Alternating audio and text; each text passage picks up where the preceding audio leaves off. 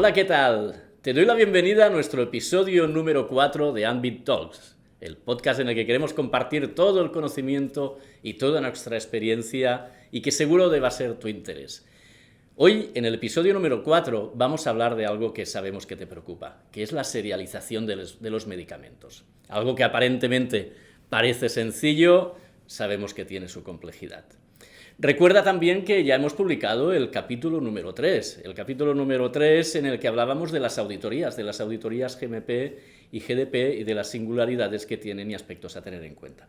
Y bueno, pues hoy vamos ya con este cuarto capítulo, la serialización, y para eso contamos con un invitado muy especial, que es Xavier Farrés. Xavier Farrés es una persona que tiene más de 25 años de experiencia en el sector farmacéutico, ha sido director de plantas multinacionales, director de operaciones en Uriac, también ha estado en Sinton. Ahora está dedicándose a hacer de mentoring, a hacer de emprendedor, pues dando soporte también con el conocimiento que lleva adquirido durante estos 25 años de trabajo sin cesar en la industria farmacéutica. Bueno, Xavi, muchas gracias por venir, y aquí estamos. Gracias a ti por invitarme a esta sesión, que me parece muy interesante, y ostras, una iniciativa muy chula, ¿no?, por parte de lo que es Ambit. Bueno, ¿y qué? ¿Qué quieres que te cuente sobre...? Pues hay muchas cosas por contar. Sí, hay muchas cosas sí, porque, bueno, aquí vamos a hablar de lo que ya sabemos, que es desde febrero de 2019 llega la ley y dice, a partir de ahora los medicamentos se tienen que serializar, ¿no?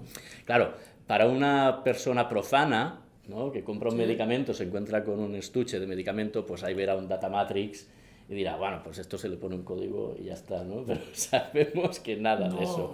Es algo muy complejo y que lo has sufrido en tus propias carnes, un proyecto de implantación. Entonces, bueno, pues la pregunta va por ahí, ¿no? Es decir, realmente cómo se vive, cómo afrontas, ¿no?, este nuevo reto a nivel de industria. Mira, el reto lo tuve cuando estuve en Uriac, y me acuerdo que entré en Uriac en el 2013, y ya entonces ya hablábamos del proceso de serialización, porque era una cosa desconocida, pero sí que cuando tienes muchas líneas de producción en la planta, ostras, tienes que ver cómo lo vas a hacer, ¿no? Y me acuerdo perfectamente, es decir, que todo el mundo hablaba, bueno, ¿y qué vamos a gastar? ¿Cuál es la inversión? Porque realmente en este proceso, una de las preocupaciones que teníamos como empresa era cuánto dinero teníamos que invertir. Sí.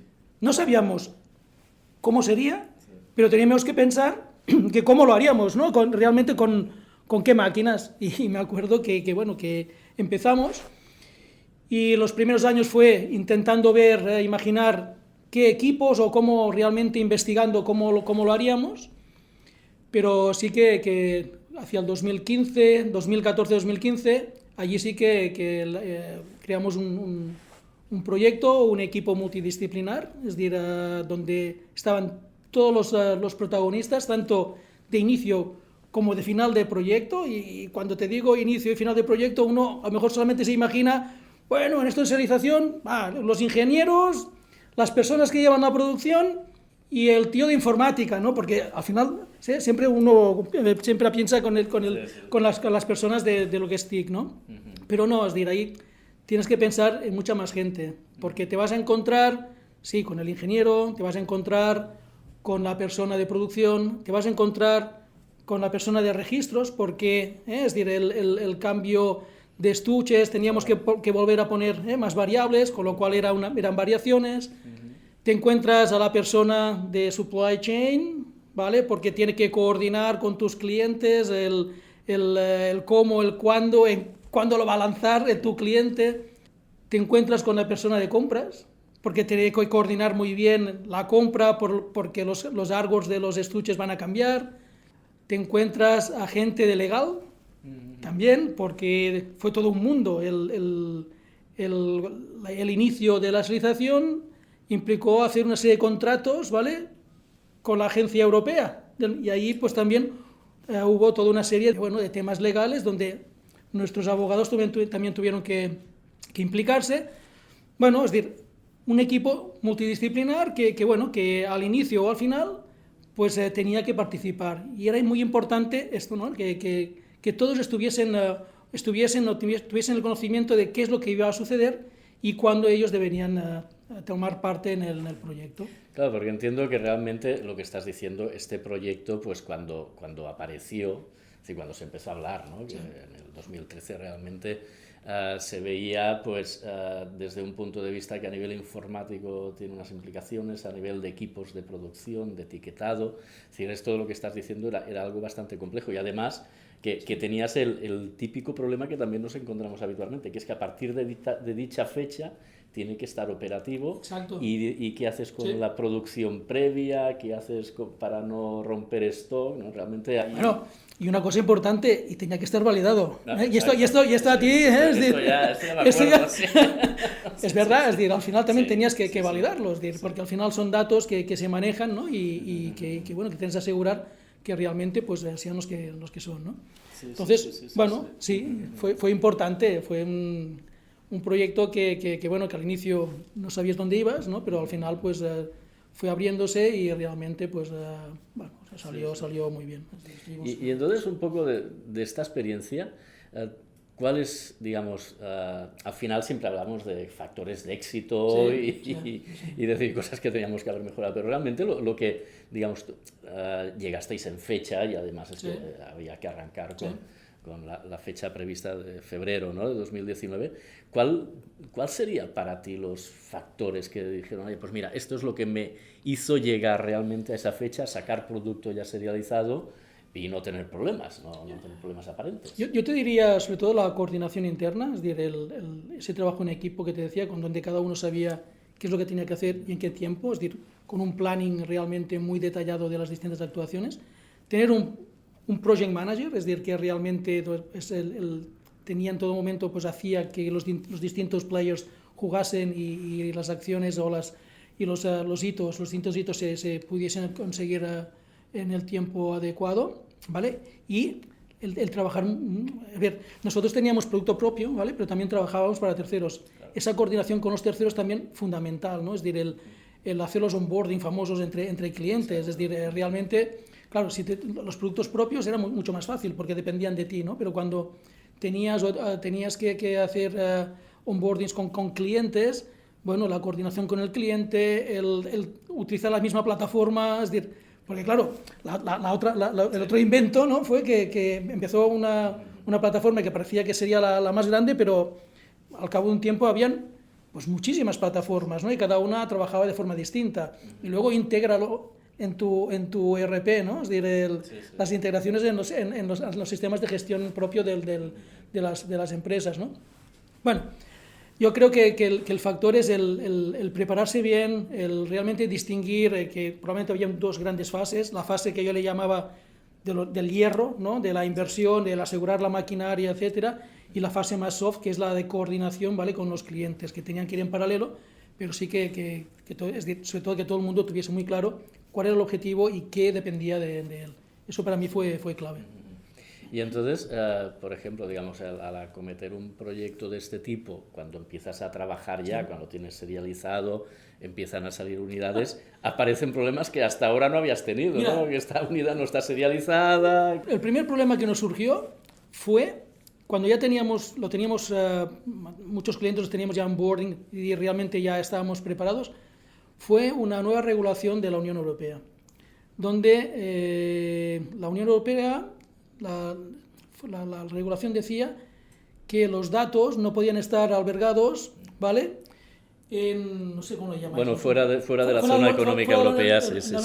Entonces, claro, como fuimos empezamos muy al inicio de los primeros en prepararnos, nuestro proveedor, ¿vale? Tenía los datos en Estados Unidos, ¿vale? En los famosos Amazon en Estados Unidos. Exacto. Con lo cual yo me acuerdo, no sé si fue en París, en una CPHI, es decir, persiguiendo a los tíos de mi proveedor, ¿vale? Es decir, exigiéndoles el cambio, ¿vale? Hacer el cambio de los datos, de albergarlos de Estados Unidos a Europa, ¿no? Y al final lo conseguimos, porque preguntabas a las autoridades europeas y ellos te decían que, claro, que era una directiva, pero bueno, pero nos dais tiempo, es que es una directiva, ¿no? Entonces dices, mira, ¿sabes qué? Vamos a perseguir al proveedor, el proveedor cumplió hizo el cambio, tuvimos otra vez que validarlo todo, Exacto, ¿vale? Un Es decir, cambio, sí, significativo. y realmente, bueno, pudimos empezar. Y luego sí que hay problemas, es decir, cuando tú pones, no dejaba de ser una máquina más en tu proceso, ¿no? Es decir, cuando tú en un proceso tienes muchas distintas fases y muchos equipos, el añadir un equipo más, pues eso hace que la probabilidad de tener problemas pues crezca, ¿no? Y sí, claro, que a veces pues te encontrabas en que, ostras, que no te bajaban los números, ¿no? O cuando tenías el producto serializado no podías enviarlos a la nube.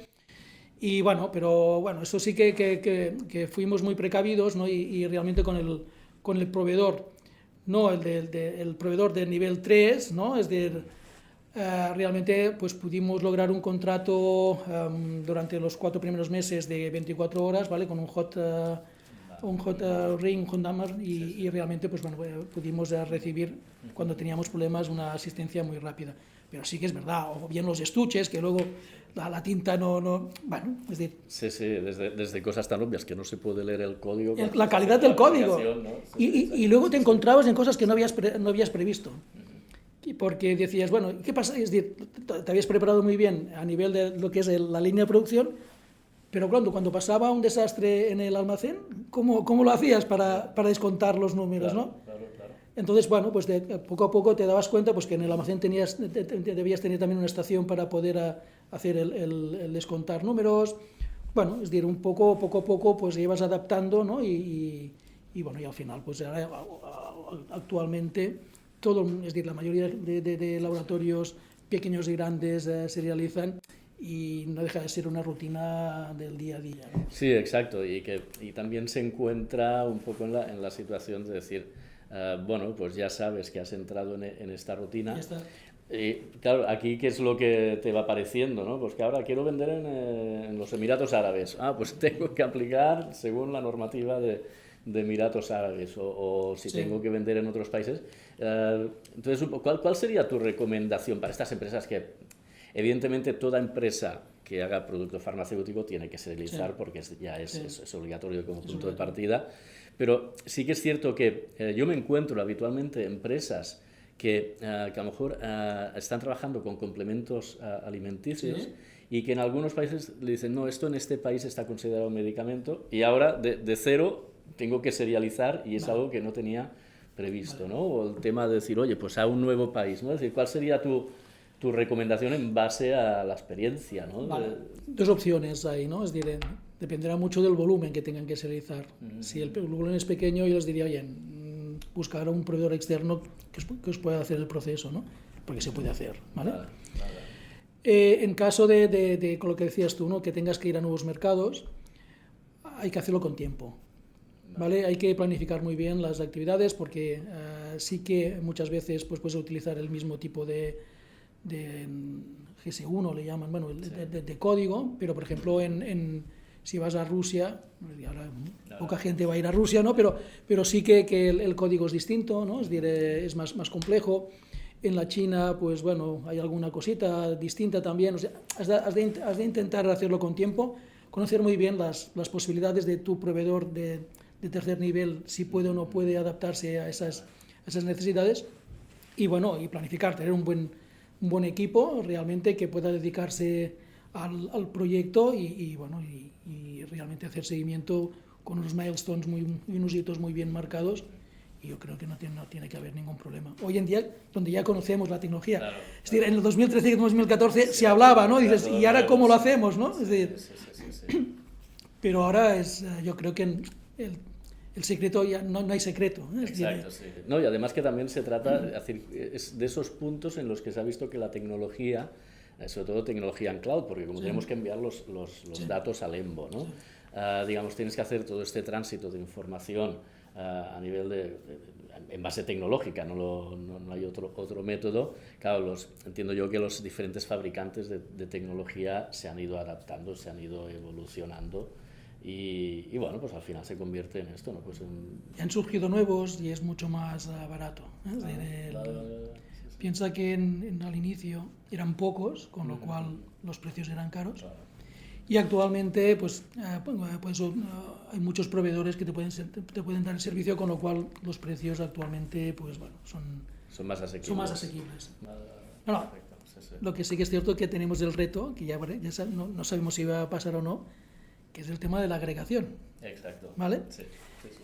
Que bueno, hay países fuera de la Unión Europea que ya agregan, pero en Europa no sabemos por dónde van a ir los tiros, ¿no? Y eso creo que es una preocupación para la industria, porque significará volver a invertir, ¿vale?, en nuevos equipos, y bueno, ya veremos cómo lo vamos a gestionar. Sí, bueno, y que al final es ir afrontando estos nuevos retos tal vez como se van presentando, ¿no? Y cómo se van adquiriendo pues estas tecnologías, cómo se van adaptando. Sí que es verdad que también nosotros lo observamos, ¿no? De estos proveedores tecnológicos que están rápidamente preparados para esto, para nuevos mercados, para nuevos cambios regulatorios. Es decir, en este sentido, sí que es verdad que, y además como muchos son tecnologías así en cloud, ¿no?, que permiten esta agilidad, ¿no?, es decir, esta rapidez en ofrecer realmente lo que se está necesitando, ¿no? Y todos estos procesos de onboarding, ¿no?, que se llaman, pues también son más ágiles, ¿no? Porque sí que es verdad que yo los procesos de onboarding que había visto eran verdaderos dramas. Claro, porque nadie sabía qué tenía que hacer. Sí. Es decir, enviabas números y ¿eso ya funciona, sí o no?